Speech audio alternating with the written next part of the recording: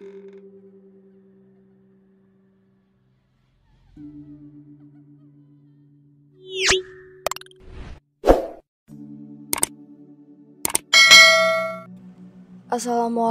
warahmatullahi wabarakatuh. Rahayu Sagung Dumadi. Kembali lagi di channel Babat Nusantara. Pada kesempatan kali ini akan membahas tentang babat buleleng. Semoga tidak ada halangan. Pranayama Siradewama Bukiti Mukti Itarataya Prawekshyatawa Wijenya Brahmana Kesatriadi Patayaswara. Setelah kalahnya Baginda Raja berdahulu di Bali oleh beliau Sri Aji Kalagemet sebagai pelindung daerah yang berkedudukan di Majalangke, akhirnya keadaan Bali pada saat itu menjadi tenang, sehingga tidak senanglah Pati Niradamada melihat peraturan tata tertib rusak. Adalah beliau yang bernama Danghayang Kapakisan, seorang pendito yang sudah sempurna. Beliau dipakai sebagai bakwanta oleh Niradamada. Beliau berputra yang lahir dari batu, hasil dari pemujaan beliau kepada Hayang Surya Asurya Sewana, sehingga mendapatkan seorang bidadari di taman. Dia itulah akhirnya dipakai istri oleh beliau. Akhirnya berputralah beliau laki-laki 3 orang. Salah satunya adalah wanita. Mereka itulah yang dijalankan oleh Gajah Mada untuk memerintah. Dimohon kepada sang pendeta yang tertua dinobatkan di Brambangan. Adiknya menerima di Pasuruan, dan yang bungsu menjadi penguasa di daerah Bangsul, Bali, bernama Sri Dalem Kresna Kepakisan. Idewa Wawu Rawuh nama lain beliau. Beliau beristana di desa Sambrangan, dan lagi pengikut Baginda yang bertahta sebagai Raja Bali. Aga yang bergelar Maharaja Kepakisan. Di antaranya beliau si Raya Kanuruhan, Arya Wangbang, Arya Kenceng, Arya Dalancang, Arya Tanwikan, Arya Panglasan, Arya Manguri, Siran Wangbang, terakhir Arya Kuta Waringin. Dan ada lagi 3 orang wesya bernama Tan Kober, Tan Kawur, Tan Mundur. Lama-kelamaan telah wafat beliau dari dalam Kepakisan. Beliau meninggalkan 3 orang putra laki-laki, 1 orang perempuan. Yang pertama bernama Dalem Samprangan, beliau suka bersolek. Yang kedua bernama Dalem Tarukan, beliau kurang waras. Mengawinkan saudara perempuannya dengan kuda. Selanjutnya yang bungsu, beliau bernama Dalem Ketut. Beliau yang menggantikan kedudukan ayahnya. Selanjutnya beralih istana ke Swele Lenggarasapura. Setelah beliau kembali ke alam baka, beliau digantikan oleh putranya yang bernama Dalem Watu Renggong. Setelah beliau wafat, beliau juga digantikan oleh putranya yang bergelar Dalem Sagening, yang selanjutnya banyak menurunkan anak cucu. Itulah sebabnya ada jenjang martabat kebangsawaan keluarga kesatria. Semuanya adalah para putra awalnya oleh beliau Sri Aji Dalem Sagening. Diceritakan beliau Arya Kepakisan sebagai Mahapati dari Bali. Putra beliau yang tertua bernama Nyuh Aya, adik beliau Arya Asaka. Beliaulah sebagai leluhur keluarga Raja Ngawi. Adapun beliau Arya Nyuh Arya, beliau berputra 7 orang. Yang tertua beliau Ki Arya Patandagan, adik beliau Ki Arya Kasatya, Ki Ayah Pelanggan. Arya Aka beliau Arya Kalobing, Arya Cacaran, serta beliau Arya Anggan. Kembali dicerikan putra beliau Ki Arya Cacaran. Ki Arya Pananggangan berputra Ki Arya Pasembangan, berputra Ki Gusti Ngurah Cirantik. Beliau pemberian dari pertempuran. Beliau meninggal dalam pertempuran di Pasuruan. Beliau meninggal masih muda. Adalah putra beliau yang bernama Ki Gusti Ngurah Cirantik Bogor. Sebab ayah beliau meninggalkan dalam keadaan tanpa senjata. Kembali diceritakan adalah seorang wanita bernama Silua Pasek Panji. Ia memang berasal dari desa Panji, daerah wilayah Dena Bukit. Ia menjadi abdinya Sri Aji Dalem Sageni. Ia sudah gadis dewasa. Pada saat hari yang baik, kebetulan saja Silua Pesek sedang buang air kecil. Air kencing di seluas Pasek terpijak oleh beliau dalam. Terasa panas, tanah bekas air kencingnya. Terhenyak beliau dalam. Selanjutnya beliau menanyai abdinya, siapa yang mempunyai bekas air kencing itu? Yang ditanya menjelaskan tentang sesungguhnya bahwa Silua Pasek yang mempunyai bekas air kencing itu. Saat itulah beliau Sri Aji dalam segening memikir-mikirkan keutamaan Silung Pesek Panji, bagaikan tersentak timbulnya birahinya. Oleh karena dimabuk asmara, akhirnya Silung Pesek digauli. Akhirnya ia berhasil diperistri oleh Sri Aji Dalem Sageni, disertai dengan kelengkapan upacara seorang istri. Entah berapa lama, akhirnya Silua Pesek kelihatan hamil. Akhirnya, ingatlah beliau Sri Aji Dalem Bali. Oleh karena sudah tiba saatnya beliau wafat ke alam buka. Karena tetapi belum ada balas jasa beliau terhadap Arya Cirantik sebagai orang kepercayaan beliau. Oleh karena banyak pengabdian yang sudah dilakukan dengan taat dan hormat selama beliau mengabdi dari leluhur beliau dahulu, dengan kesetiaan dan ketaatan yang kuat menyebabkan tumbuh rasa kasih sayang beliau Sri Aji Dalem.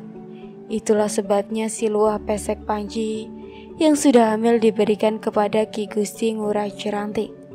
Akan tetapi ada pesan dalam kepada Ki Gusti Ngurah Cirantik supaya tidak menggauli mencampuri sanggama, serta ada lagi janji dalam. Kemudian apabila lahir anak itu, supaya Ki Gusti Ngurah Cirantik bersedia mengangkat sebagai anak angkat, supaya persaudaraan dengan baik beliau yang bernama Ki Ngurah Cirantik yang sudah dewasa tidak menolak mereka yang diperintah. Entah sudah beberapa lama setelah waktunya akan melahirkan, lahirlah anak beliau Silung Pesek Panji, laki-laki sangat tanpa cacat celah. Juga dari ubun-ubun anak itu keluar sinar sebagai tanda seorang calon pemimpin, sakti dan berani, kemudian unggul dalam peperangan. Hati beliau Ki Gusti Ngurah Cirantik sangat girang. Setelah dalam diberitahu, selanjutnya anak itu diupacarai sesuai dengan upacara Arya Ngurah Cirantik. Selanjutnya anak itu diberi nama Ki Barak Panji. Adapun istri Ki Ngurah Cirantik ternyata tidak setuju hatinya, sangat murung dan duka hatinya melihat anak itu demikian, sehingga timbul iri hati beliau. Oleh karena tidak lahir dari dirinya sendiri, diduga akan menyebabkan anak beliau tersisih nantinya. Sebab anak beliau sendiri tidak demikian perbawaannya. Kejengkelannya ditelan saja, terpendam di hati terus-menerus. Setelah Ki Barak Panji dewasa, beliau menghadap raja, mengabdi kepada Sri Raja Dalem Sageni. Selanjutnya dikumpulkan dengan putra para Arya lainnya yang sama-sama mengabdi. Tiba-tiba malam hari, ketika orang-orang tertidur lelap dalam istana, kebetulan Sri Aji dalam keluar dan runggunya, disertai oleh sang permaisuri. Kelihatan oleh beliau berdua, ada sinar suci menandakan perbawa pada kepala salah seorang abdinya yang sedang tidur. Terkejutlah beliau berdua. Selanjutnya, diperkisahlah keadaan abdi yang sedang tidur itu. Tiba-tiba beliau di sana, tiba-tiba di sinar itu menghilang. Selanjutnya anak yang bercahaya suci itu ditandailah dengan kapur oleh beliau Sri Aji dalam sagening. Keesokan harinya, ternyata Ki Barak Panji tersurat kabur. Di sanalah Sri Aji dalam sagening percaya akan kata-katanya Ki Gusti Ngurak Jerantik, bahwa benar ubun-ubun anak itu keluar sinar. Hati beliau menjadi murung. Hati beliau dalam sangat kasih sayang, akan tetapi ada yang ditakutkan dalam hati. Mungkin Ki Barak Panji nantinya akan mengalahkan putranya yang diharapkan akan menggantikan menjadi raja. Lama-kelamaan, kira-kira sesudah 12 tahun umumnya, Ki Barak Panji khawatir dan curiga dalam hati, beserta permaisuri Baginda. Demikian juga pikiran Ki Gusti Ngurak Jerantik, termasuk istrinya, sehingga berunding beliau dalam, diiringi oleh Ki Gusti Ngurak Jerantik, mencari akal upaya, berusaha agar lepas dari malapetaka. Setelah pembicaraan selesai, Ki Barak Panji disuruh pulang ke daerah ibunya di desa Panji dan Bukit. Menjelang keberangkatannya ke desa Panji, beliau Sri Aji dalam sagening sudah siap dengan pengiring putra Baginda. 40 orang banyaknya. Setelah teruji keberaniannya sebagai pimpinannya bersama Dumpyu beserta Ki Dosot, dan lagi ada hadiah, memberikan pengiringnya senjata keris. Semuanya yang berjumlah 40 sama-sama satu pilah. Akan tetapi ketika dalam memberikan keris, pembagian kepada para pengiringnya satu demi satu, ternyata ada masih tertinggal sebilah, berupa mundrang cacaran bang-bang, sejentis bentuk keris. Selanjutnya kembali dikumpulkan keris itu bersama. Setelah terkumpul cukup 40 itu, selanjutnya lagi keris itu dibagi-bagikan sebanyak 40 itu. Setelah mendapat bagian satu demi satu, lalu ada lagi sisanya satu bilah, berupa mundrang cacaran bang-bang. Seperti tadi, bingung hati beliau dalam sagening beserta Ki Gusti Ngurak Jerantik. Dan setelah selesai diulang lagi, terus-menerus keris itu dibagikan. Ada juga sisanya keris sebilah seperti semula. Setelah demikian baru teringat dalam hati beliau, Sri Aji balik. Terpikirkan bahwa keris itu yang tertinggal pusaka buat Ki Gusti Panji. Sebenarnya itulah sebabnya keris yang tersisa selanjutnya diberikan Ki Gusti Panji. Sudah merupakan pusaka dalam diberikan kepadanya. Lain daripada itu, ada pemberian dalam lagi berupa sebilah tombak bernama Ki Tunjung Tutur, Ki Pangkat Jatwa nama lainnya.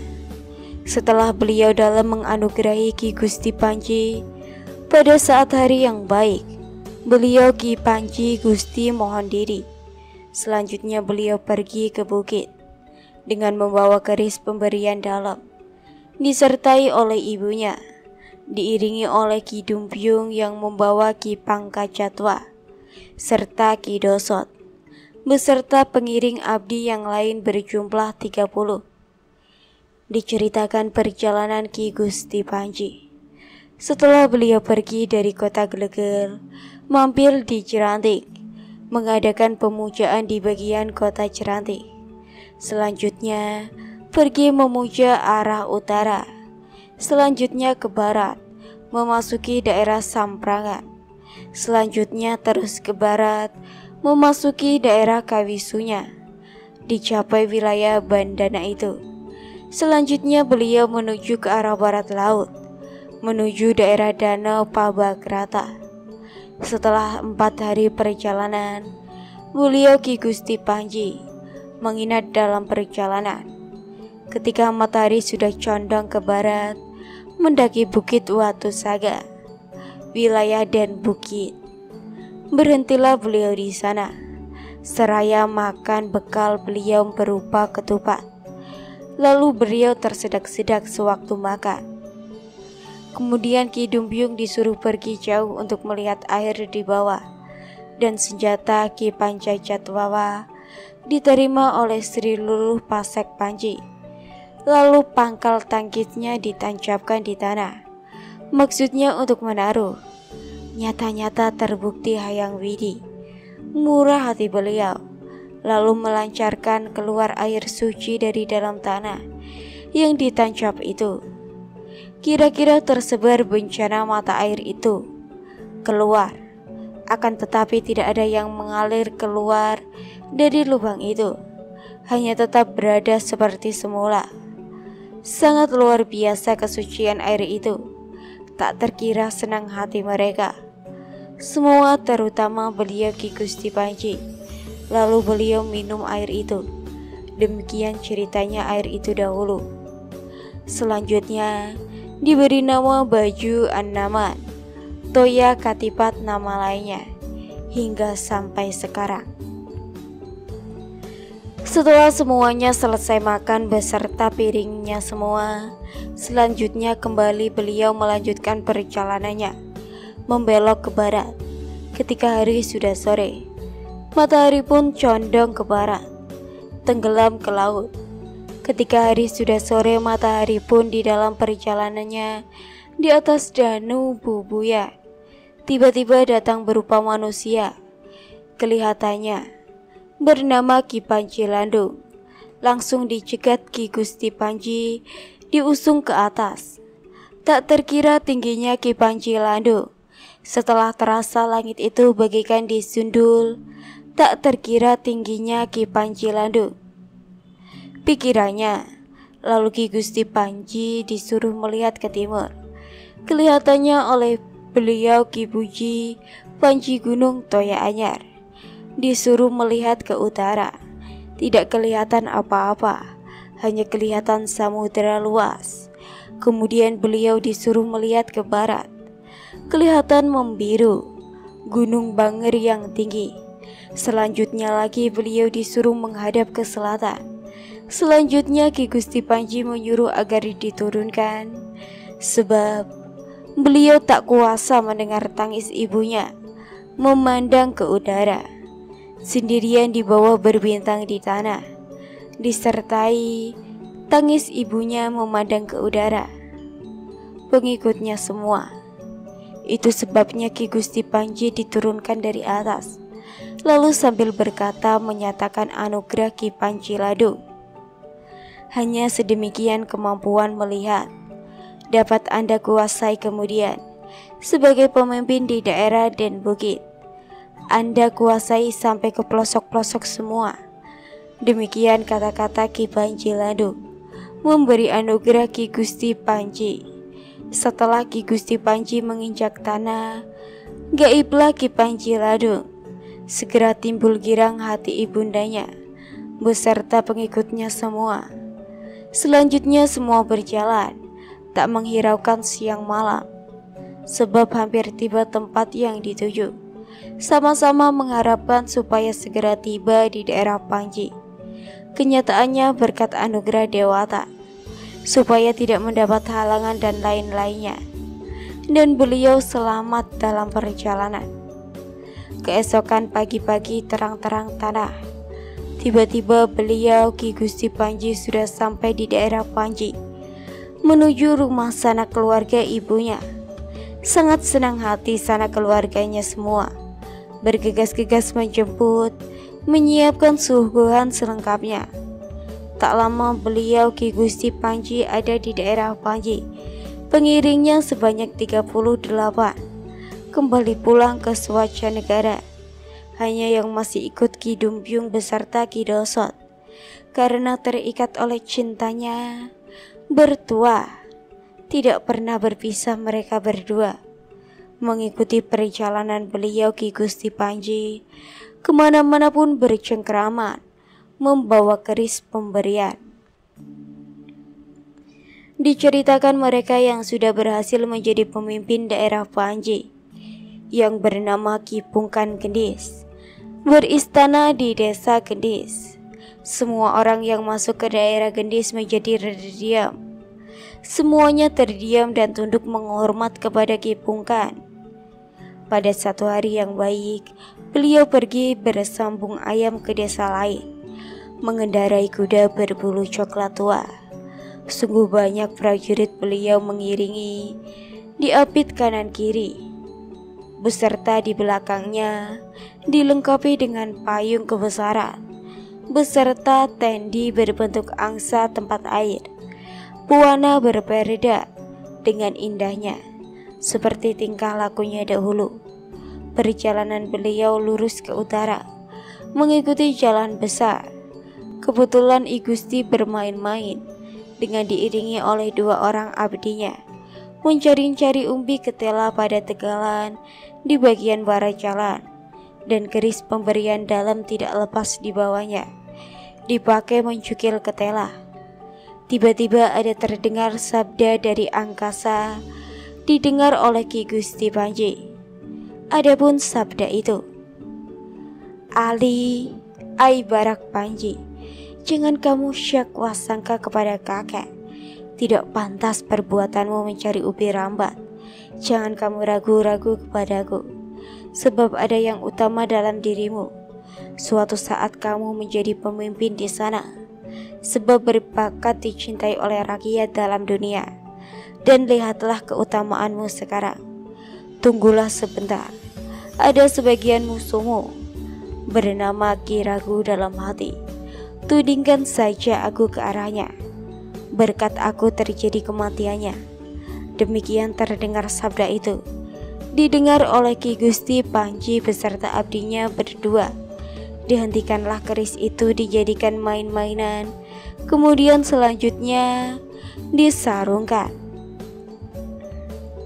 Diceritakan Ki Pungkusan Gendis, setelah laju perjalanan beliau melewati jalan, dilihat oleh beliau Ki Gusti Panji, timbullah malah beliau dalam hati, akibat dari pengaruh kekuatan keris itu.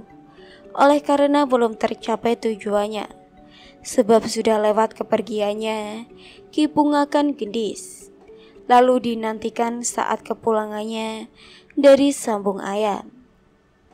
Diceritakan setelah bubarnya orang-orang dari sambungan ayam, Ki Pungkan Gendis kemudian pulang. Dilihat oleh Ki Gusti Panji, Ki Pungkan Gendis sudah hampir tiba di tempat penantiannya. Lalu Ki Gusti Panji segera berlindung naik ke pohon leca yang tumbuh di pinggiran jalan, seraya penghunus keris pemberian dalam. Kemudian datang Ki Pungkan Gendis, sudah dekat dengan pohon leca itu, lalu diancungkan keris ke arahnya oleh Ki Gusti Panji. Lalu Ki Pungkan Gendis meninggal, masih dalam keadaan menunggang kuda. Akan tetapi tidak diketahui oleh pengikutnya, hanya berjalan dan berjaga di sana-sini. Setelah itu tiba Ki Pungkan Gendis di hadapan rumahnya. Setelah kudanya berhenti yang dikekang oleh pengikutnya, Ki Pungkan Gendis juga tidak turun.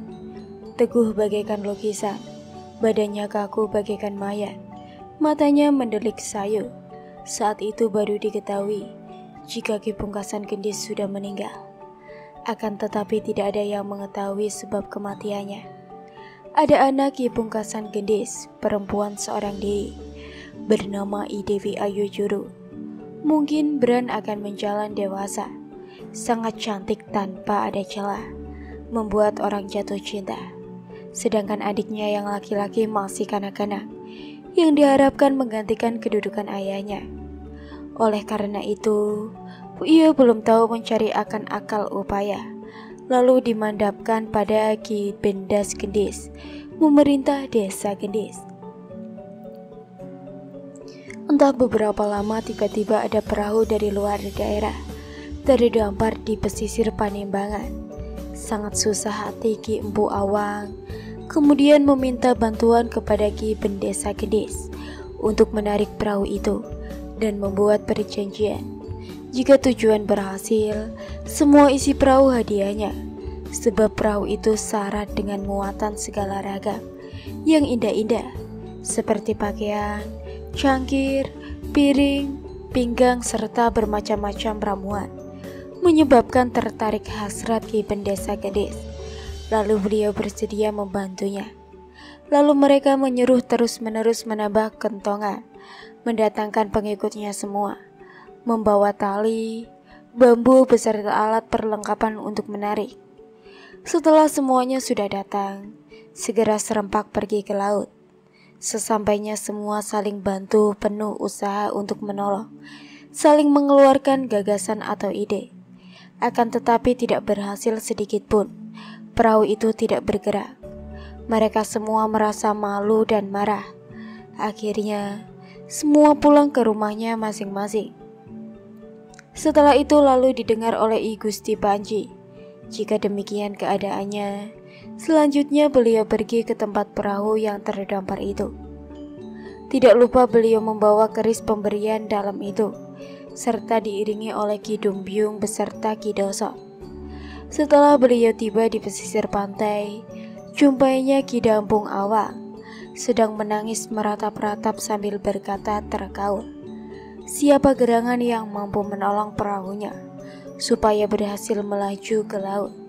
Semua isi perahu ini hadiahnya.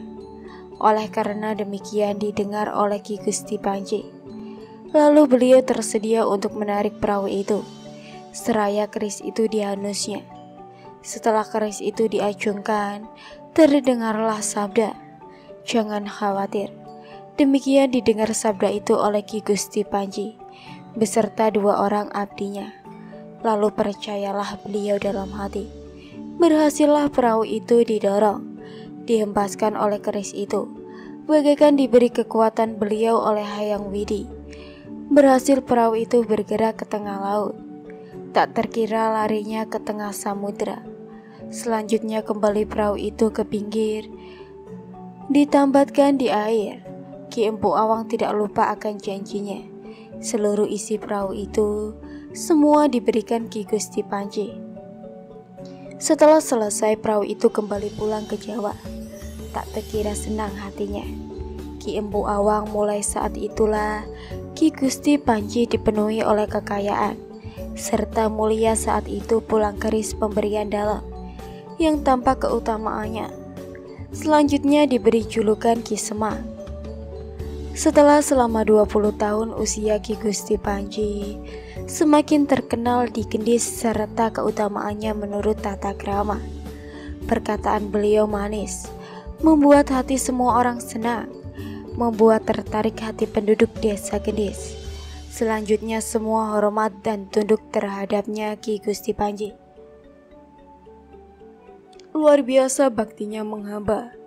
Tetua beserta rakyat sama-sama membela, tidak merasakan panas dan dingin, menghamba kepada Ki Gusti Panji.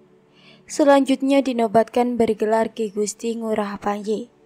Selanjutnya orang-orang desa Gendis beserta perayangan agung di bagian barat desa Gendis dipindahkan ke desa Panji oleh Ki Gusti Ngurah Panji sesuai dengan kesepakatan orang-orang desa semua.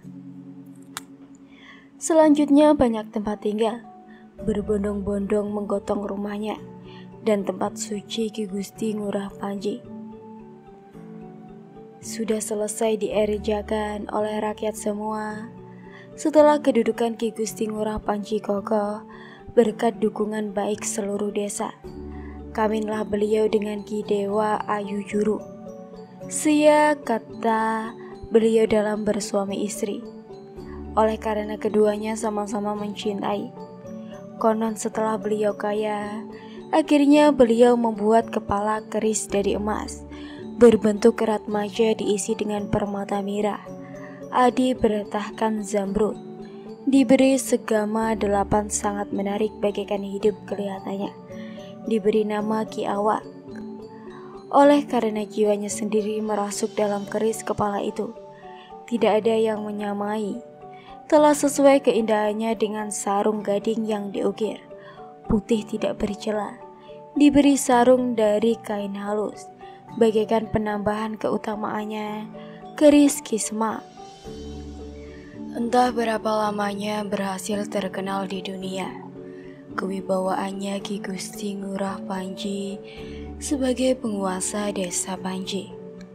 Lalu tak terkirakan berbondong-bondong datangnya orang-orang dari Lor Adri. Selanjutnya tinggal di desa Panji, mengabdi ke hadapan Ki Gusti Ngurah Panji. Segera penuh sesak, tertib, indah kelihatan desa itu. Oleh karena ditambah oleh orang-orang keturunan utama dari Ler Adri, sama-sama saat menghamba ke hadapan Ki Gusti Ngurah Panji. Entah berapa tahun lamanya, tidak menyimpang anugerah Ki Panji Ladu. Lalu tunduk orang-orang dari timur sungai Wenirmala, sampai di ujung desa Toya Anyar, dari pesisir laut sampai ke pegunungan, seperti Kiai Alit Menala, dari Kubawan Dalam, sama-sama tunduk mengabdi. Tidak ada yang berniat jahat dalam hatinya. Setelah semuanya setuju, lalu Ki Gusti Ngurah Panji membangun daerah. Selanjutnya memindahkan pusat kerajaannya dari Sangket Sukasada.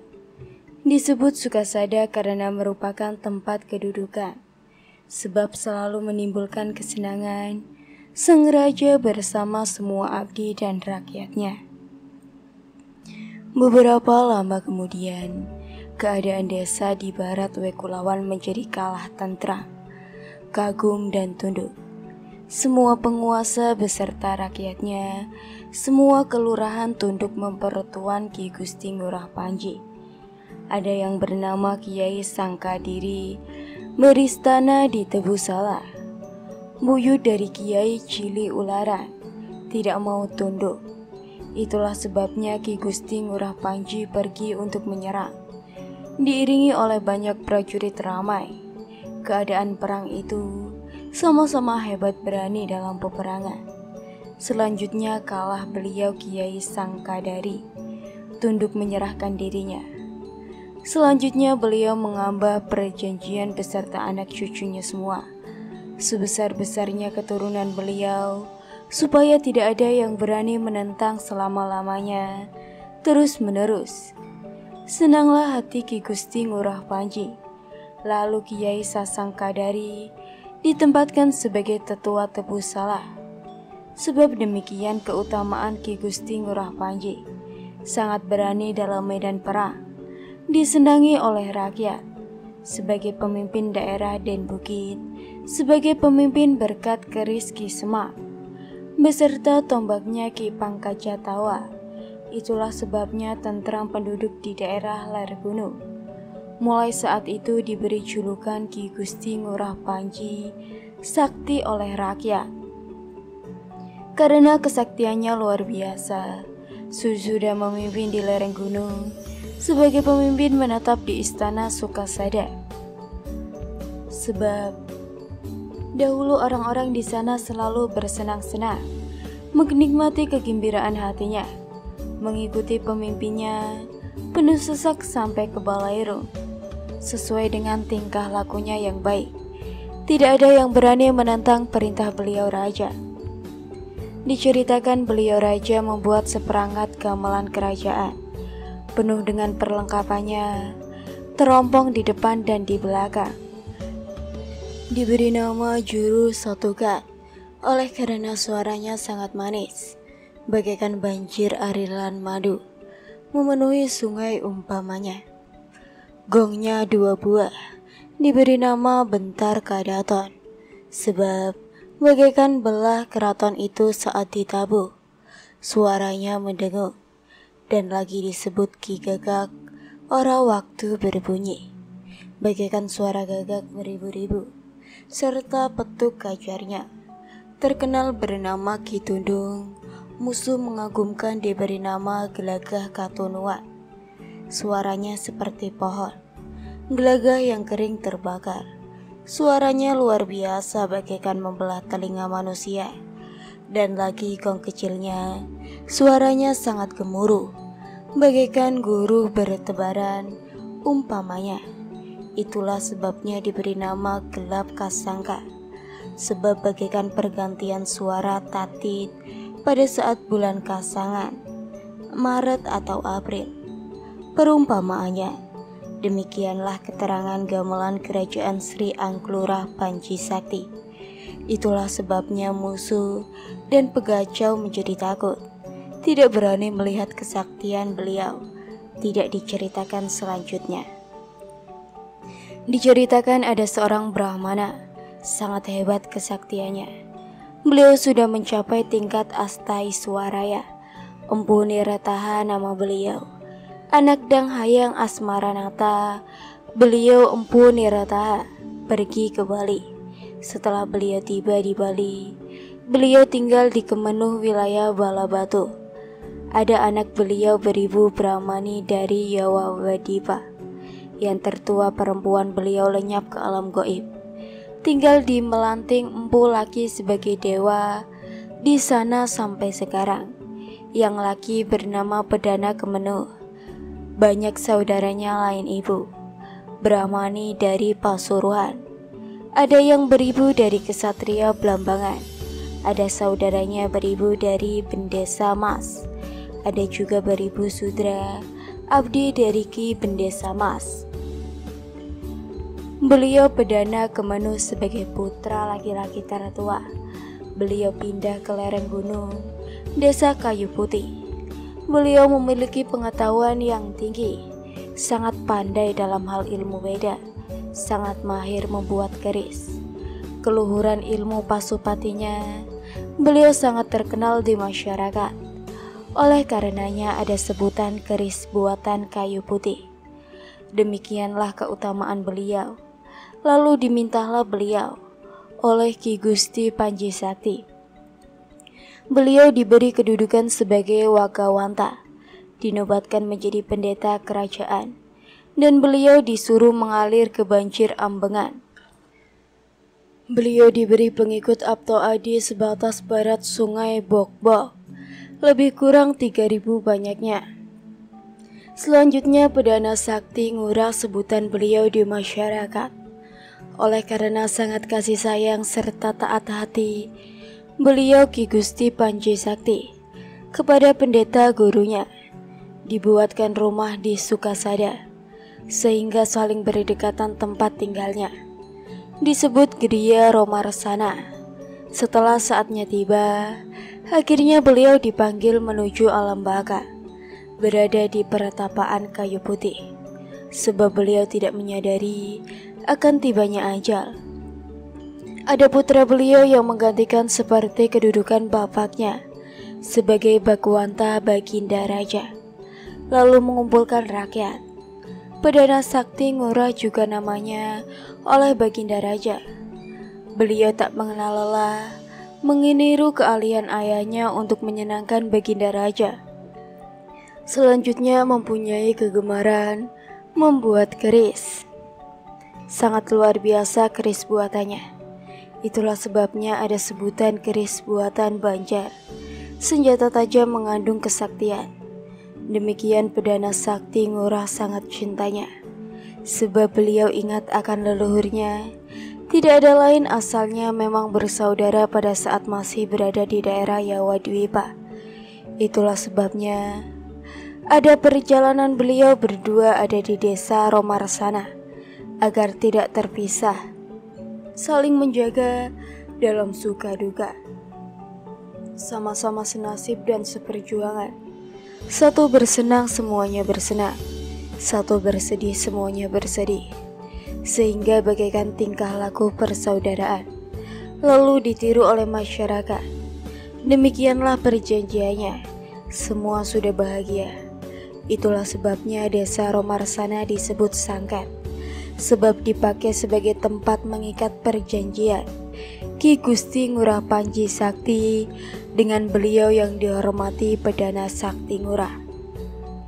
lanjut serta anak cucu beliau, agar meniru kebiasaan baik leluhurnya dari putra yang tertua dari Bagawan Dwi Cendra, Pedanda Sakti Wawu Rawu, nama lain beliau.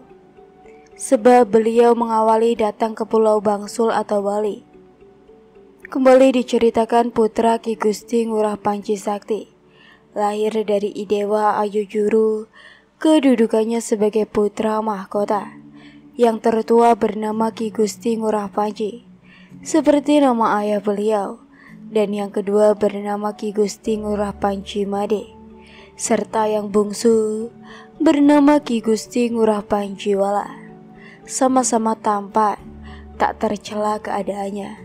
Amat tentram hati beliau raja, ada terbetik dalam hati, bersiap untuk menyerang menuju daerah Brambangan, daerah Yawadipa, sebab beliau ingin akan anugerah Ki Panji Lado pada saat dulu.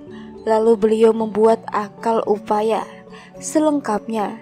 Seluruh prajurit pemberani dipanggil yang sudah sering menyerang musuh, semuanya prajurit yang perwira, sebagai pimpinan 20 jumlahnya, sama-sama keturunan pemberani, diajak bermain gagak-gagakan oleh Baginda Raja Panji Sakti, dan mereka semua bergilir menjadi burung gagak. Ditanya oleh Baginda Raja, "Gagak apa yang kamu harapkan?" Si gagak kemudian menjawab, "Ada yang meminta makanan, minuman, anak gadis, emas permata, busana, serta manikam. Bermacam-macam permintaan masing-masing. Semua sudah dipenuhi permintaan goak itu." Sama-sama senang hati gagak itu menikmati makanan dan minuman, sandang, pakaian dan pangan. Tidak jemu-jemu, sama-sama memenuhi keinginan. Setelah demikian, selanjutnya beliau raja menjadi gagak. Ditanya oleh para patih semua, "Gagak apa keinginanmu?" Si gagak lalu menjawab, "Gagak goak gag. Keinginanku mendudukan Brambangan." Semua prajurit bersorak, sebab penuh sesak para prajurit yang menonton. Setelah selesai, bersiap-siap mengatur para prajurit itu. Penuh dengan persiapan beserta perahu sudah banyak disiapkan. Sudah siap ditambatkan, tinggal menunggu komando. Baginda Raja terayun-ayun dalam samudra sampai ke sungai pelepasan. Pada saat hari yang baik yang disarankan oleh Sri Bagawanta, beliau Sri Bupati berangkat dengan menaiki perahu, diiringi oleh rakyatnya banyak. Adapun jalur yang dilalui perahu itu menuju Candi Gading, daerah pinggiran pantai Tirta Arum. Selanjutnya menyerang ke daerah Banger, disergap oleh dalam Brambangan. Luar biasa ramainya pertempuran itu. Jenazah bagaikan gunung berlautan darah di medan pertempuran. Selanjutnya beliau bertemu dengan dalam Brambangan yang berada di tengah medan laga. Selanjutnya satu demi satu mengadu kekuatan di medan laga. Sama-sama ikhlas, berani dan tangkas bertarung. Entah berapa lama perang itu berlangsung, lalu terjebak dalam Brambangan. Dadanya ditikam oleh beliau Sri Panji Sakti dengan keris Ki Semang. Lalu beliau dalam Brambangan terjerembab. Selanjutnya mengembuskan nafasnya yang terakhir. Akhirnya kekuasaan Brambangan jatuh menjadi tunduk. Semuanya tunduk memohon supaya tetap hidup. Didengarlah oleh Baginda Raja Solo akan kehebatan Sri Panji Sakti. Lalu beliau menjalin persahabatan berdua. Selanjutnya beliau Sri Panji Sakti diberi gajah tunggangan. Setelah semuanya selesai, Sri Panji Sakti kembali pulang ke Bali dengan membawa panji-panji hasil rampasan. Segala macam yang utama akan tetap ada yang disisakan dalam hati, sebab anaknya yang masih muda yang bernama Ngurah Panji Nyoman dan Nun Desta nama lainnya sudah gugur dalam medan pertempuran di Brambangan. Tak lama berduka cita, kemudian kembali beliau bersuka cita seperti keadaan semula. sebab dihibur oleh Sri Maha Resi Ragabawanti, Perdana Sakti Ngurah. Demikian kehebatan beliau Sri Panji Sakti terdengar. Diceritakan Sri Panji Sakti merintis membangun kota pura di Pategalan daerah Balala, tempat orang menanam buleleng. Ada dijumpai di sana ibu leleng banyak orang-orang yang tinggal di sana. Tempat tanah lapang itu di bagian utara wilayah Sukasada. Setelah menjadi besar tempat kota itu, banyak orang berbondong-bondong pergi pindah ke sana. Akhirnya penuh dengan rumah tempat tinggal. Selanjutnya diberi nama Kota Buleleng, dan istana tempat tinggal Baginda Raja diberi nama Singaraja, sebab jelas bagaikan singa keberanian Baginda Raja, serta gajah beliau yang bagaikan gajah nirwana. Dibuatkan kandang di bagian utara kota. Itulah sebabnya bernama Petak Desa.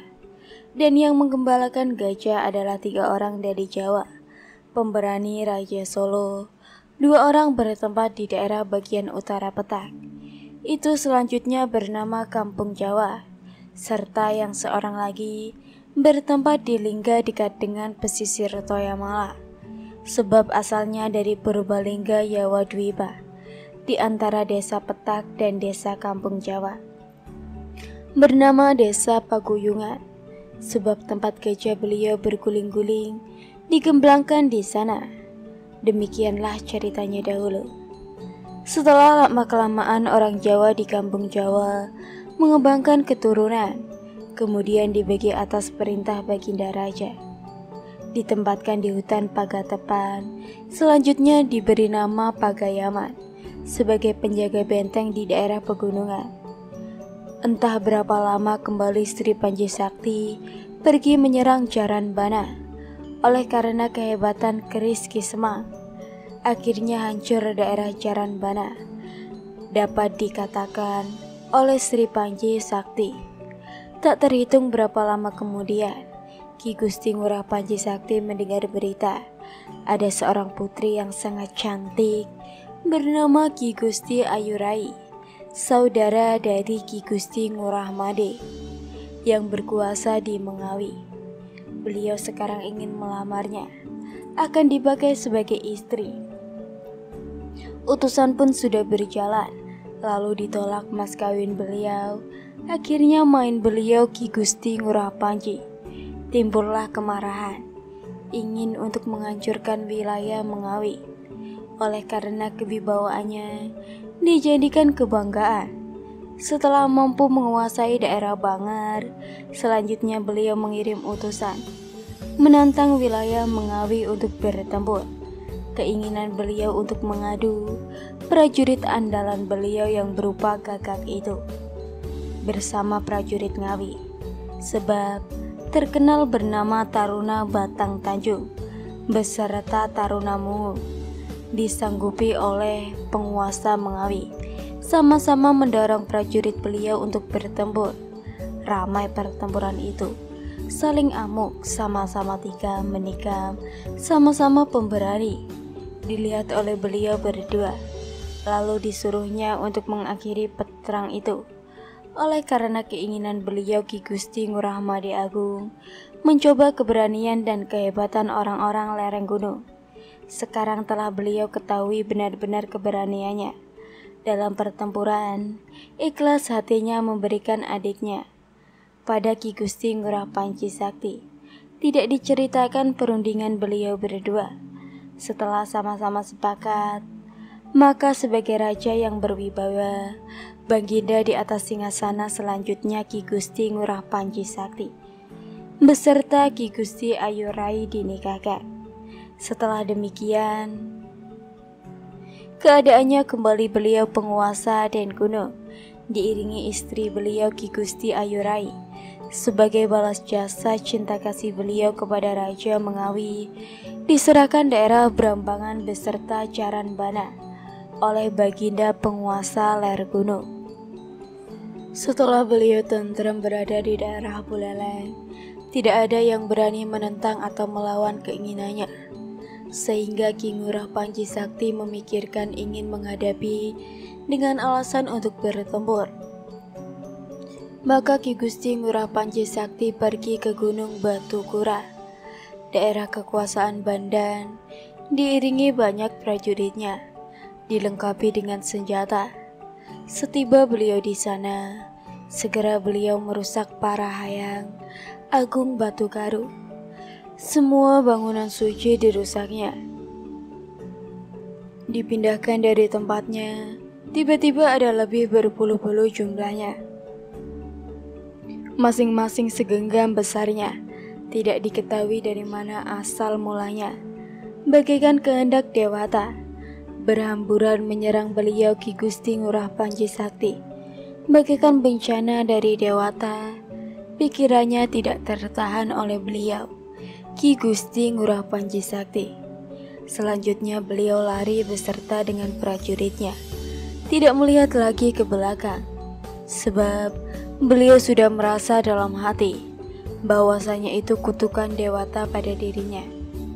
Lama-kelamaan kembali Ki Gusti Ngurah Panji Sakti menantang perang, datang ke wilayah Badang beserta dengan prajurit serta perlengkapannya dengan menunggangi gajah besar. Setiba beliau di daerah bagian utara tempat suci, Badang dihadang oleh banyak prajurit. Dari daerah Badang, perang pun terjadi. Tikam menikam namun akhirnya berdamai juga dengan penguasa daerah Badang. Daerah tempat pertemuan itu selanjutnya diberi nama Tainmesia sampai sekarang, oleh karena tempat permula terjadi perang antara prajurit Ben Bukit melawan prajurit Badang. Selanjutnya Ki Gusti Ngurah Panji Sakti mengambil istri dari golongan Wesya dari Banjar Ambengan Bandung. Beberapa lama kemudian, ada terdengar berita oleh Ki Gusti Ngurah Panji Sakti bahwa cucunya Ki Gusti Ngurah Jarantik di daerah Jarantik dikecewakan oleh Dalem Bali. Di daerah Geleger, kesalahannya karena tidak memberikan keris pusakanya yang diinginkan oleh Dalem. Itu yang menyebabkan beliau sedih dalam hati. Beliau ingin meninggalkan daerah Jarantik, pergi jauh, terdorong atas kejanggalannya Ki Gusti Ngurah Agung yang begitu iri hati kepada hadapan Ki Gusti Ngurah Jarantik. Oleh karena demikian, keadaannya beliau Ki Gusti Ngurah Panji Sakti Negara pergi ke daerah Jarantik. Didapatkan orang-orang yang berada dalam istana sangat sedih dalam hatinya, terutama Ki Gusti Ngurah Jarantik menceritakan kesusahannya. Setelah selesai daya upaya, akhirnya mereka serempak pergi dari daerah Jarantik, mencari tempat menuju ke desa Tojan daerah Balai Batu. Atas perintah Ki Gusti Ngurah Panji Sakti, selanjutnya beliau mengantarkan lalu beristirahat di daerah utara, desa Bengginyar. Ada tanaman-tanaman penduduk di sana, berupa kacang tanah. Dimakan oleh gajah tunggang beliau Ki Gusti Ngurah Panji Sakti, karena ada wilayah yang bernama Kacang Bedor. Sampai sekarang, oleh karena gajah tunggangan beliau memakan kacang yang ada di sana. Tidak diceritakan perjalanan beliau yang mengungsi. Lalu tiba-tiba daerah Toja dijemput oleh Ki Bendes, Wayan Karang yang menguasai daerah Toja. Selanjutnya beliau membangun istana. Tunggangan beliau Ki Gusti Ngurah Panji Sakti digembalakan di daerah bagian barat laut daerah Toja. Itulah sebabnya bernama daerah Angon Liman, Bangun Liman nama lainnya, sampai sekarang. Dan di bagian timurnya ada Semak Belukar, tempat beliau Panji Sakti berburu, dinamakan Buruan sampai sekarang. Entah berapa lama beliau Ki Gusti Ngurah Panji Sakti berada di Toja. Oleh karena sudah handal kedudukan Ki Gusti Ngurah Jarantik, bukan main senangnya beliau berdua dalam hubungan keluarga, sama-sama memperingatkan perjanjian sehingga tidak luntur rasa cinta kasih dan keteguhan ikatan kekeluargaannya serta keturunannya. Suatu kedudukan untuk cucunya kemudian. Sesudah sama-sama menyepakati ikrar itu, Ki Gusti Ngurah Panji Sakti menunjukkan kebesarannya, lalu menghadiahkan tombak Ki Pangkajatawa kepada cucunya tentang ajaran Kamahayanika serta tata cara memimpin wilayah. Lalu beliau kembali pulang ke Den Gunung. Demikian ceritanya. Entah berapa lama, oleh karena sudah kehendaknya, terjadilah kehancuran di daerah Gelegil. Ketika itu Sri Dalem Dewa Agung Jambe masih kecil. Oleh karena sifat loba dan durhakanya, Kiai Agung Maruti mengharap-harapkan akan menggantikan Raja Gelegil, serta sudah banyak para menteri dan rakyat yang senang mengamban kepalanya. Oleh karena kelicikan Kiai Agung merangkul semua orang, perkataannya sangat manis dan lembut. Akan tetapi banyak juga para Arya Kesatria Bujangga tidak menyenangi tingkah laku Kiai Agung, menyebabkan pikiran sendiri-sendiri, sehingga terjadi keributan di wilayah Gelegel. Sri Dalem Cili dilarikan oleh para menterinya, dibawa bersembunyi ke Singoroso, disangga selengkapnya oleh beliau Ngurah Singrasa berkat baktinya beretua. Tidak lama kemudian terjadilah persidangan para punggawa agung yang masih tetap setia kepada Dalem. Sebagai pemimpin beliau Ngurah Singrasa setelah selesai memberikan surat kepada para manca semua sampai ke ler gunung serta ke daerah Bandung.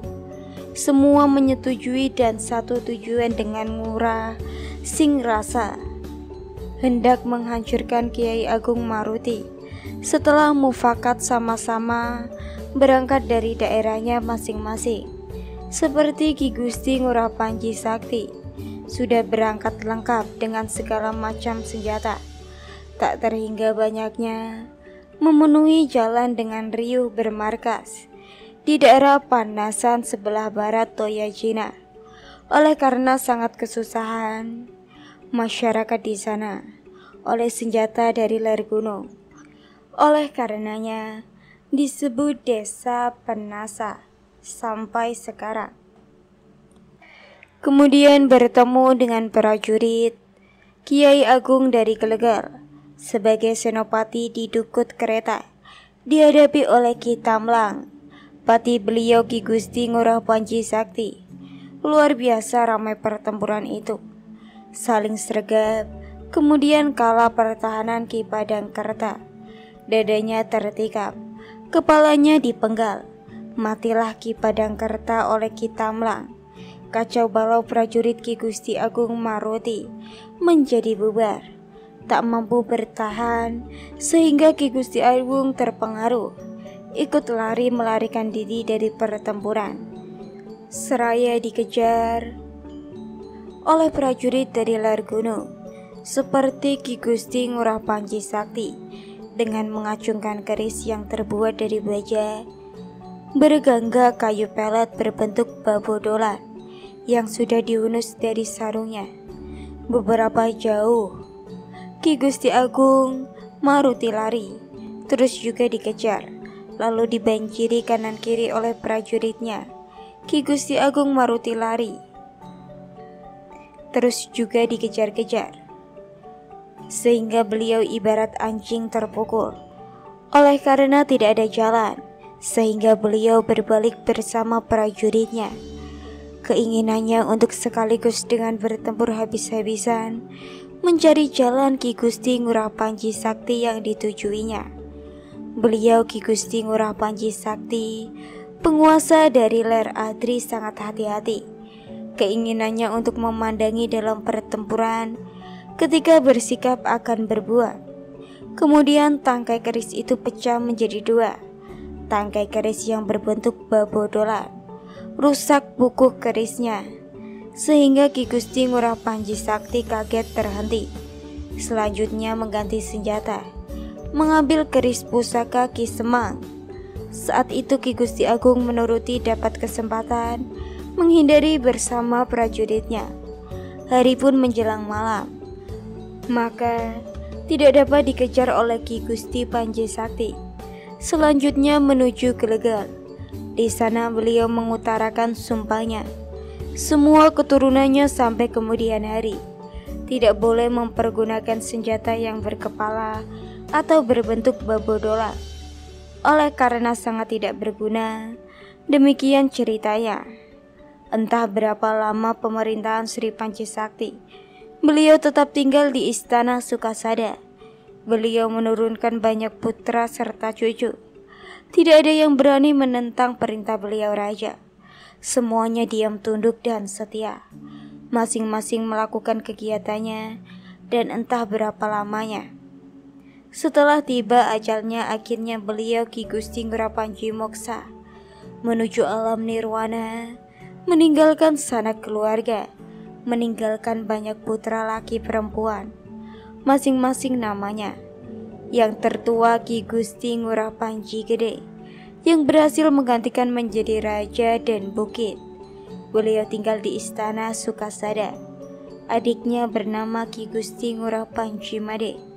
Satu ibu lahir dari Dewa Ayu Juru, I Gusti Alit Oka, I Gusti Made Padang. Satu ibu lahir dari golongan Wesya yang berasal dari Banjar, Ambengan, Bandung.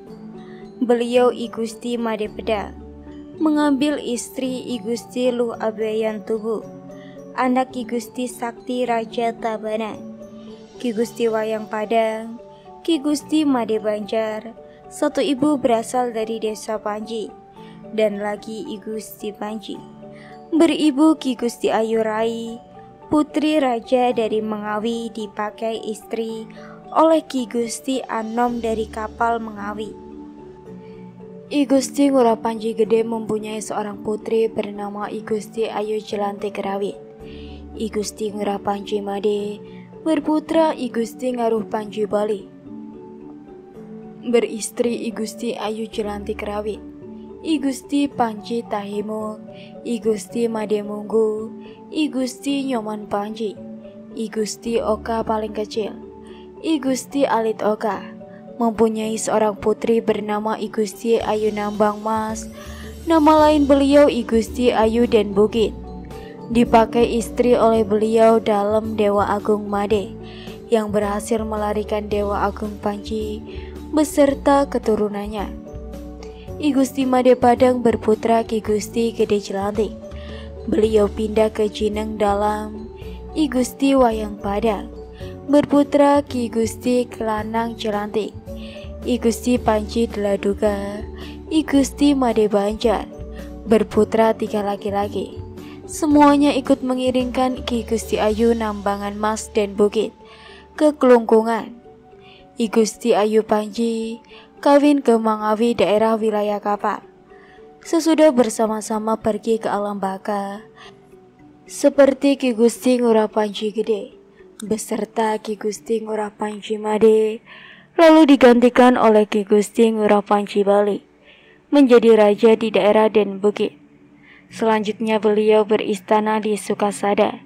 Akan tetapi istana di Singaraja dipelihara sebagai tempat bersenang-senang karena dibuat oleh leluhurnya supaya tidak hilang dan hancur.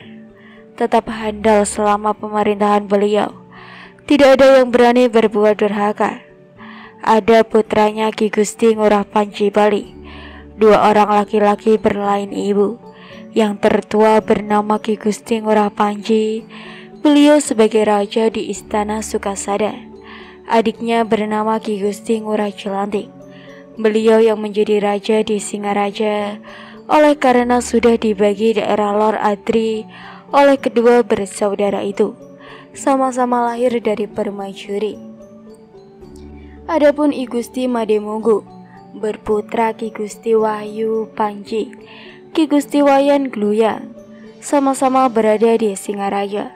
I Gusti Made Kastra, I Gusti Made Ino, serta I Gusti Ketut Intran Kawan yang pergi ke Patemon Dan lagi I Gusti Nyoman Patandakan yang pergi ke Bunting. I Gusti Nyoman Panji berputra I Gusti Wayam Kastra, I Gusti Madeino, dan I Gusti Ketut Indramankawan, sama-sama di Sukakada. Lama-kelamaan sebagai manusia yang tidak luput dari kesulitan dan penyakit, tak terduga takdir yang maha kuasa, terjadilah perselisihan di dalam keluarga yang berkuasa di Sukasada dengan yang berkuasa di Singaraja. Semakin lama semakin keras berontak mereka. Tidak ada yang berani menghalanginya, sebab sama-sama sangat mempercayai fitnah, sehingga yang berkuasa di Singasaraja meminta bantuan kepada Ki Gusti Ngurah Ketut Karangserna.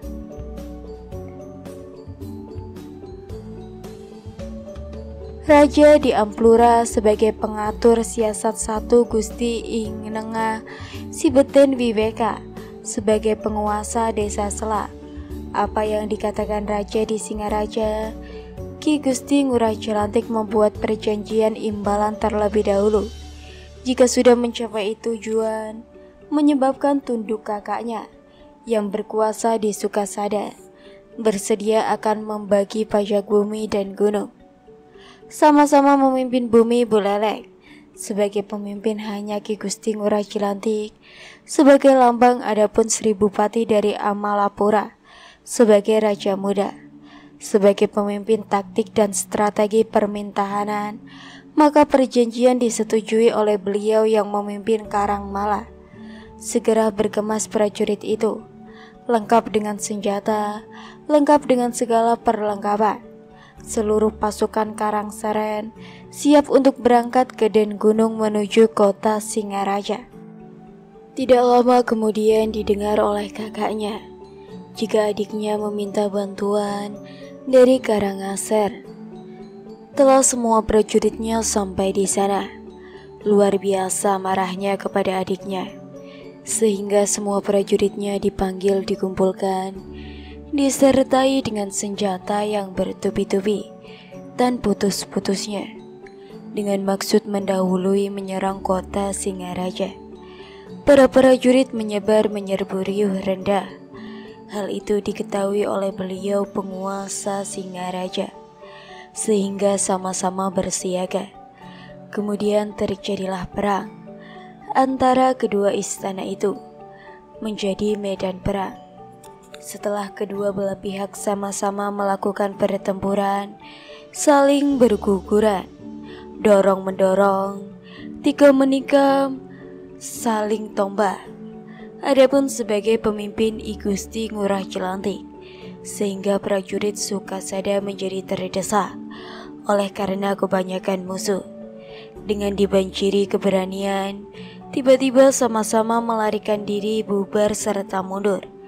Ada yang dirasakan dalam hati akan hal kematiannya hampir tiba. Itulah sebabnya Ki Gusti Ngurah Panji menjadi marah, menerobos ke tengah-tengah medan laga, ke depan dengan membawa keris pusaka Ki Semak, mengamuk dengan sangat hebatnya.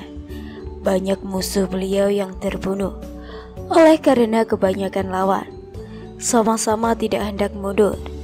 Akhirnya kedua belah pihak Karangseren dan Singaraja berkumpul, menyerang, mengurung, sehingga Ki Gusti Ngurah Panji dapat dikerubuk. Diusahakan merebut kerisnya, sehingga dapat diambil oleh musuhnya. Akhirnya, setelah lepas senjatanya, beliau pun dititikam. Darah beliau memancur, sehingga gugurlah beliau yang beristana di Sukasada. Prajurit beliau semuanya tunduk memohon perlindungan. Akhirnya semua prajurit Legunung berkumpul menghamba kepada Ki Gusti Ngurah Jelantik sebagai pemimpin daerah dan bukit, beristana di Singaraja. Sebagai raja muda, beliau yang bergelar I Gusti Nyoman Karangseren, keturunan Arya Patandakan, sama-sama beristana di Singaraja, yang pindah dari Karangseren atas perintah beliau Ki Gusti Ngurah Ketut Karangserna. Lama-kelamaan setelah tiba ajalnya, beliau I Gusti Ngurah Jelantik wafat. Namun karena liciknya daya upaya beliau Raja Amalpura, akhirnya tersebar pula diketahui oleh rakyat. Timbul pikiran loba dan tampak pada kawan, dengan mengandalkan kekuatan senjata dan rakyat, serta kereta perang dan perbekalan. Di balik isi perundingan dulu, I Gusti Nyoman Karangseren dinobatkan menjadi Raja Singaraja. Adapun anak beliau I Gusti Ngurah Carantik yang tertua bernama Ki Gusti Bagus Jelantik Banjar, berkedudukan sebagai patih di Istana Bangkang di bagian barat Wemala. Tak lama kemudian Ki Gusti Nyoman Karangseren memerintahkan sebagai raja wilayah Den Bukit. Beliau meninggal karena diserang oleh penyakit. Kemudian digantikan oleh Ki Gusti Agung Made Karangseren Sori, keturunan Karangseren. Lebih kurang selama 3 tahun lamanya beliau berkuasa. Beliau turun dari singgasana oleh karena beliau tidak tegas memerintah rakyat, sehingga beliau memilih muka tidak adil kepada rakyatnya. Adapun yang menggantikan beliau bergelar Ki Gusti Ngurah Agung, mulanya juga dari Karangseren.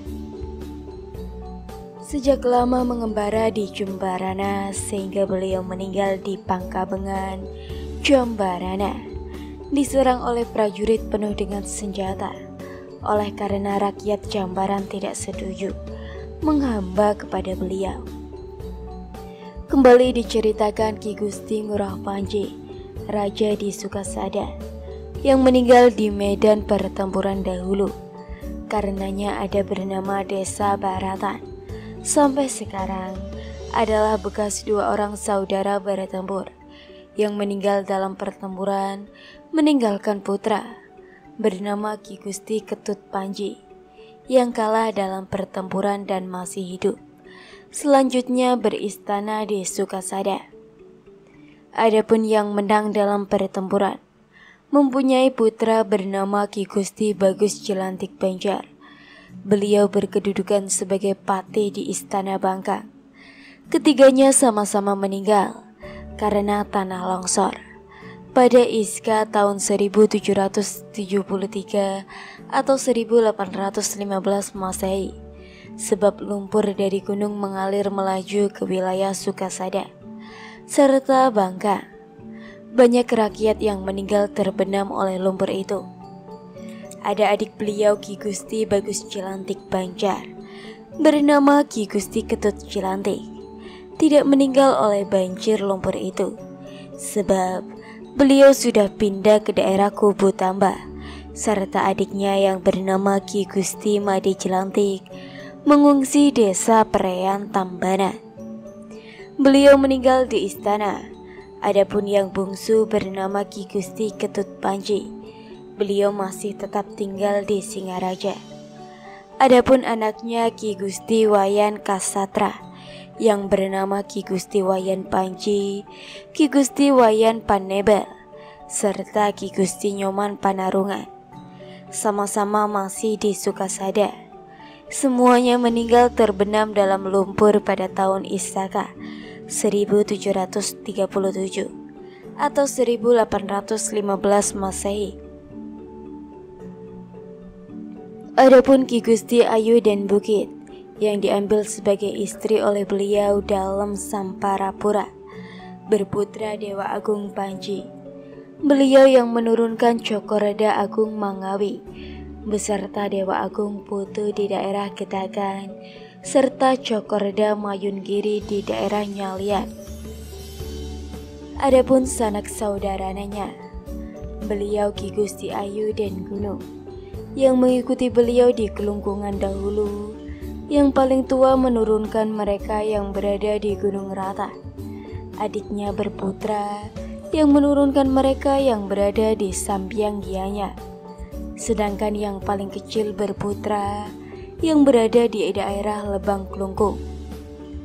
Kembali diceritakan Ki Gusti Ketut Panji berputra Ki Gusti Gede Panji, Ki Gusti Made Celagi, serta Ki Gusti Nyoman Pinati, sama-sama berada di Sukasada.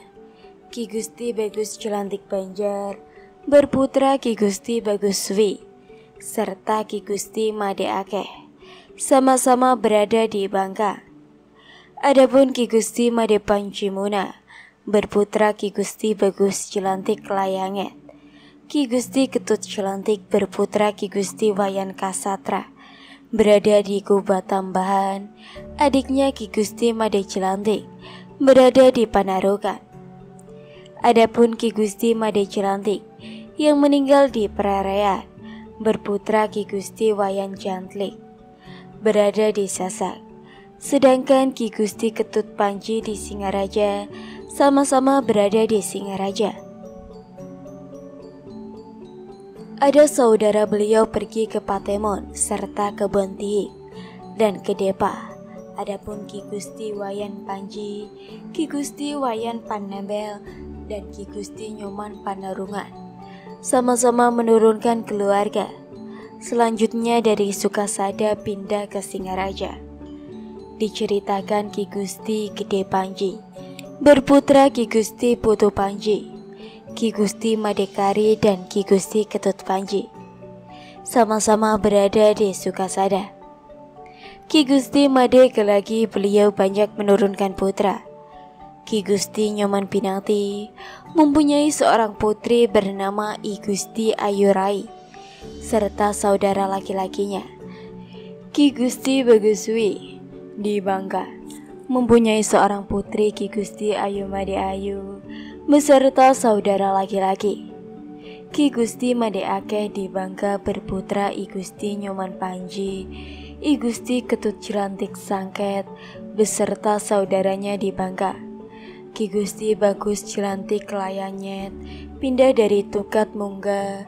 Putra beliau Ki Gusti Bagus Jelantik Batu Pulu, adiknya Ki Gusti Made Batan sama-sama di Tukat Mungga.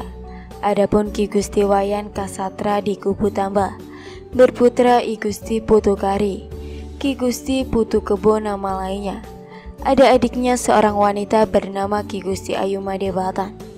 Adapun Ki Gusti Made Jelantik di Panarukan berputra Ki Gusti Ayu Putu Puji, Ki Gusti Ayu Jelantik, Ki Gusti Ayu Rai, dan Ki Gusti Ayu Putu Intara Rodi. Selanjutnya I Gusti Wayan Jelantik yang berada di Sasak berputra Ki Gusti Made Jelantik Juala serta Ki Gusti Cetuk Jelantik Juale.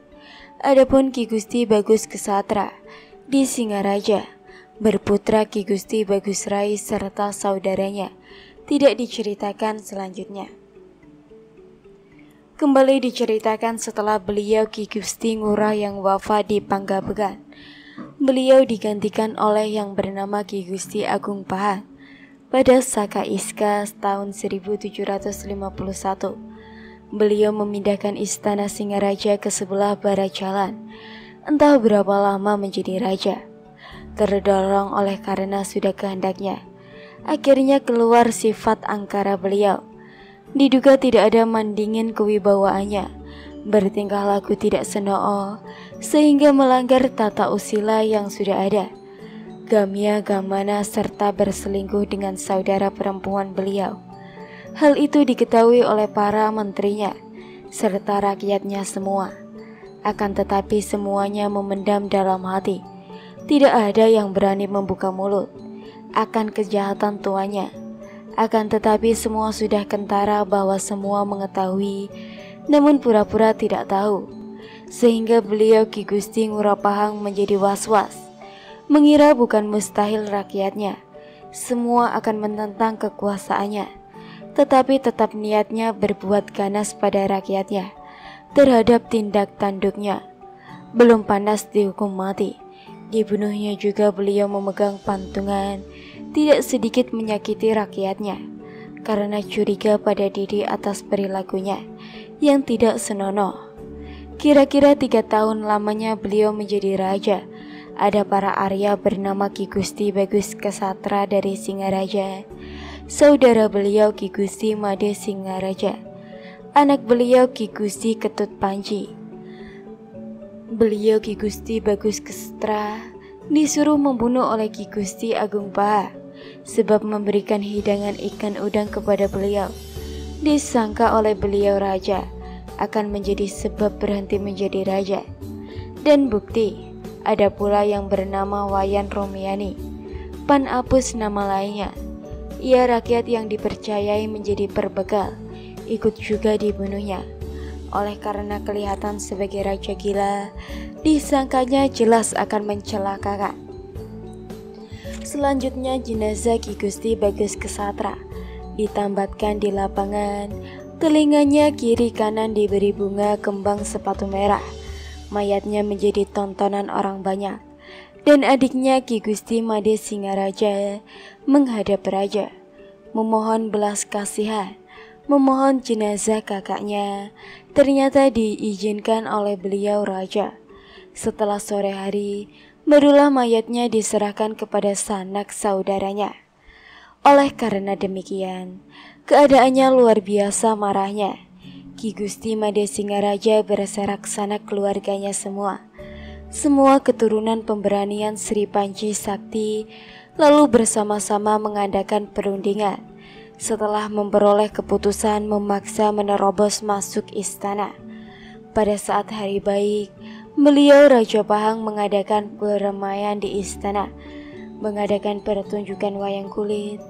Adapun sebagai dalangnya bernama Ki Kulia, daerah Desa Banjar.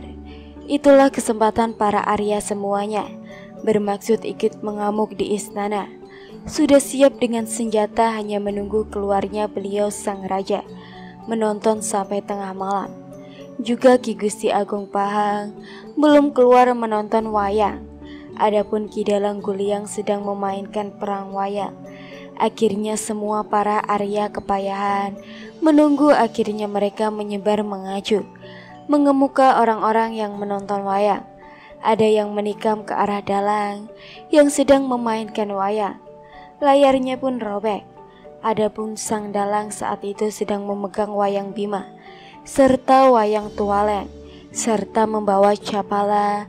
Oleh karena kagetnya, lalu segeralah ia melompat mencari perlindungan, membawa wayang Bima dan Tualen beserta capalanya. Tidak diceritakan banyaknya yang mati dan terluka di tempat orang menonton. Kacau balau mencari perlindungan, sehingga hiruk-pikuk mondar-mandir di halaman kedua istana, disambut dengan suara kentongan berlaut talu. Luar biasa riuhnya yang orang-orang seisi istana sama-sama keluar dengan membawa senjata, sama-sama menunggu di jalan raya, sebab tidak ada yang berani masuk ke istana.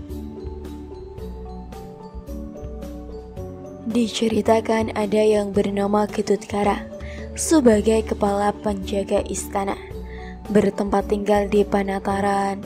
Ia berbicara mengingatkan Ki Gusti Made Singaraja beserta pengikutnya, menyuruh untuk kembali pulang, sebab beliau raja sudah pergi mengungsi, meninggalkan istana. Tidak akan berhasil jika langsung masuk ke dalam istana.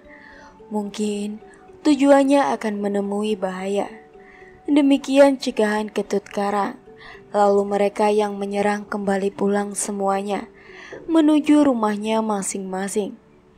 Keesokan harinya, Ki Gusti Agung Pahang dihadapkan dalam persidangan, dihadapkan oleh semua para manca. Akan tetapi para Arya dan Bukit tidak ikut melakukan persidangan.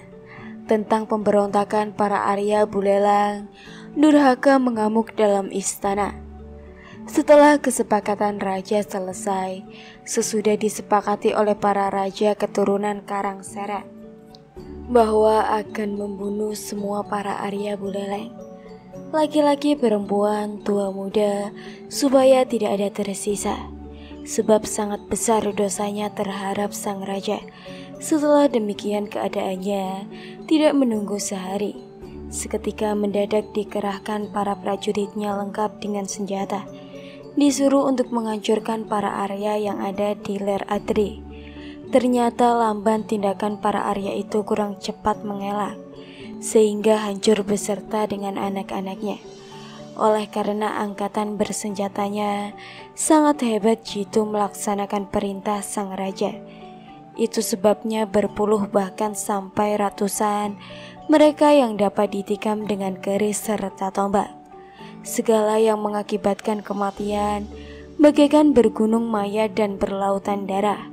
Kenyataannya demikian diceritakan. Kenyataannya sebab kehendaknya tidak dapat dilawan untuk menciptakan kebesaran keturunan beliau, Ki Gusti Ngurah Panji.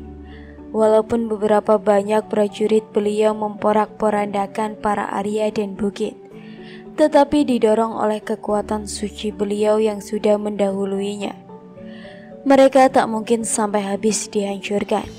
Ada juga yang tersisa, yang berhasil menurunkan keturunan sampai sekarang, bagaikan dilindungi oleh dewata persembunyiannya, sehingga terlepas dari kematian. Siapakah itu yang masih hidup? Demikian kira-kira pertanyaannya.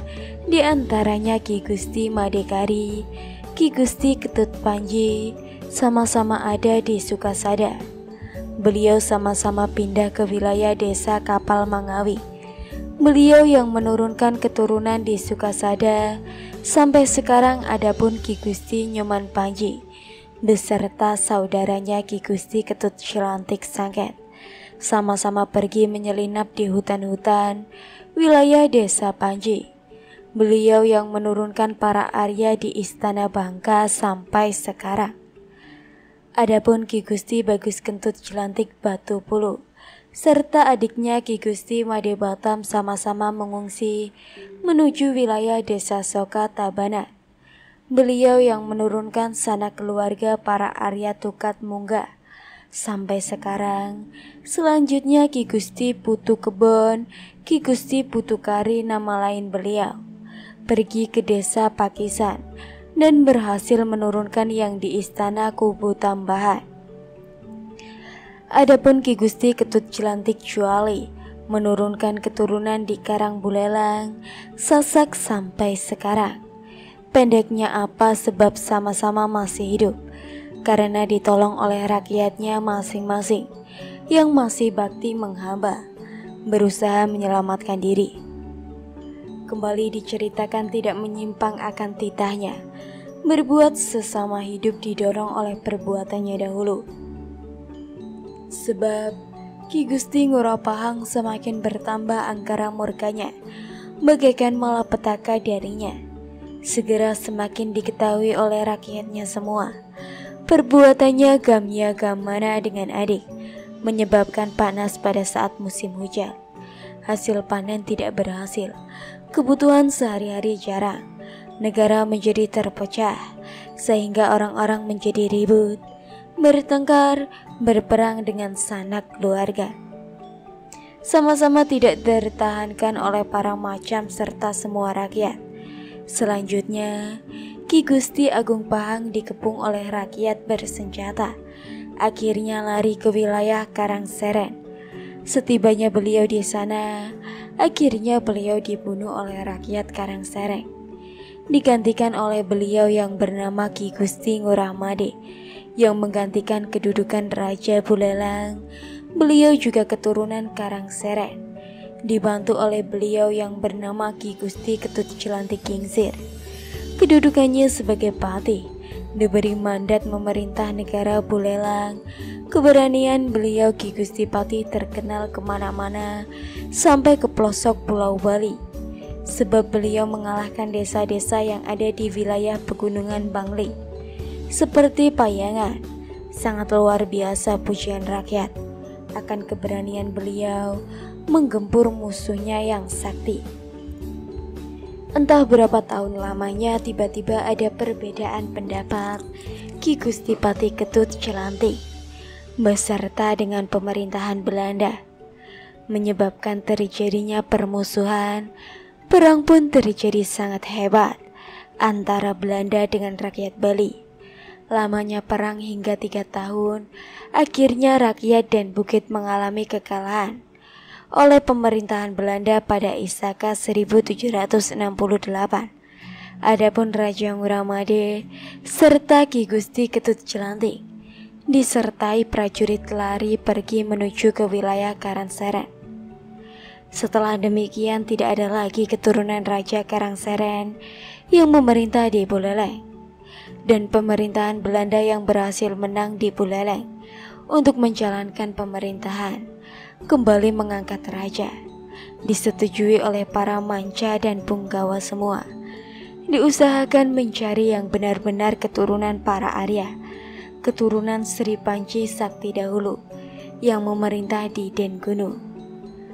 Sebab dipilih oleh semua orang yang menginginkan, sehingga dinobatkan bergelar Ki Gusti Maderai di Sukasada menjadi penguasa dan bukit.